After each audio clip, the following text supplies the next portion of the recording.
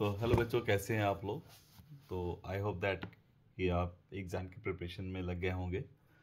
तो जैसा कि मैंने बताया था कि मैं लगातार आपके साथ एग्ज़ाम में बना रहूँगा। तो आज का टॉपिक है, आज हम बात करेंगे ऑर्गेनिक केमिस्ट्री में। ऑर्गेनिक केमिस्ट्री एक्चुअली आप यू नो दैट कि बहुत ही इम्पोर्टेंट पार्ट है आपकी केमिस्ट्री का। तो और इससे अच्छे खासे बल्कि मार्क्स आपके एग्ज़ाम में आते हैं। तो अब मेन क्वेश्चन ये होता है कि आखिर हम ऑर्गेनिक केमिस्ट्री प्रिपेयर कैसे करें।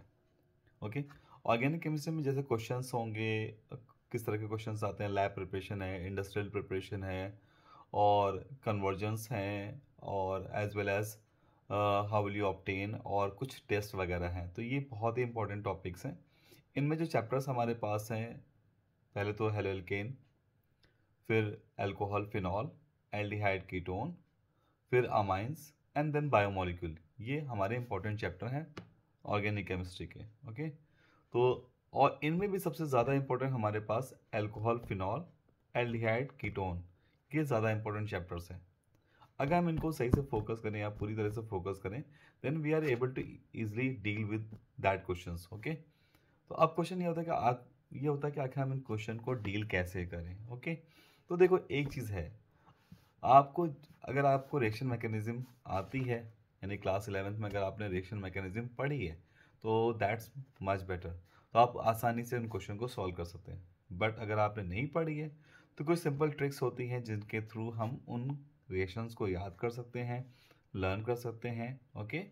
अप्रोक्स 40 to 49 नेमिंग रिएक्शंस हैं जो बहुत ही ज़्यादा इंपॉर्टेंट हैं। उनमें से जैसे HVZ reaction, Friedel Crafts alkylation, acylation, aldol condensation, cross aldol condensation, votes reaction, फिटिक reaction, votes फिटिक reaction. Okay. इस तरह के बहुत सारे रिएक्शंस हैं जो एग्जाम के लिए बहुत ही इंपॉर्टेंट है। अगर आप डेली 5 to 10 इक्वेशंस को टारगेट कर लें कि हाँ, मैं इनको एक ब्लैंक पेपर पे A4 शीट पे लिख कर अपने जहाँ मैं पढ़ता हूँ उसको स्टिक कर लें, और स्टिक करने के बाद पर डे बाय डे अगर हम उनको एक छोटा सा शॉर्ट रिव्यू करते रहें, देन हम उसको आसानी से क्या कर सकते हैं, उसको याद कर सकते हैं। ओके। और छोटे छोटे से नोट्स बना के अपने पॉकेट में रख लें, ताकि हम कहीं भी अगर बैठे हैं तो कम से कम उसको आसानी से डील कर सकें। ओके।